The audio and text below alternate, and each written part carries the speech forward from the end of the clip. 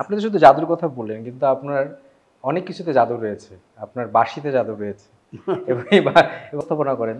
হ্যাঁ, আপনি সুন্দর করে কথা বলেন, যে কথাগুলো মানুষকে বাঁচতে শেখায় এবং সো ভাবতে নাইস, শেখায়। থ্যাংক আসলে এই বিষয়গুলো খুবই অন্যরকম বিষয় আমার মনে হয়। আপনার মতো একজনের সান্নিধ্য পেয়েছি এখন।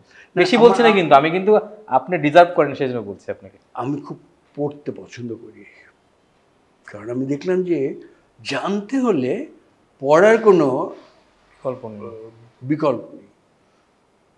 তো পড়তে পড়তে একসময় দেখলাম যে কোনো একটা মানুষ যদি চায় তাহলে যা কিছু ধরবে, তার পেছনে যদি শ্রম দেয় তাহলে সেটা সে পারবে। এবং এই পৃথিবীতে একজন মানুষকে আমি স্যালুট জানাই, da Vinci, Leonardo da Vinci.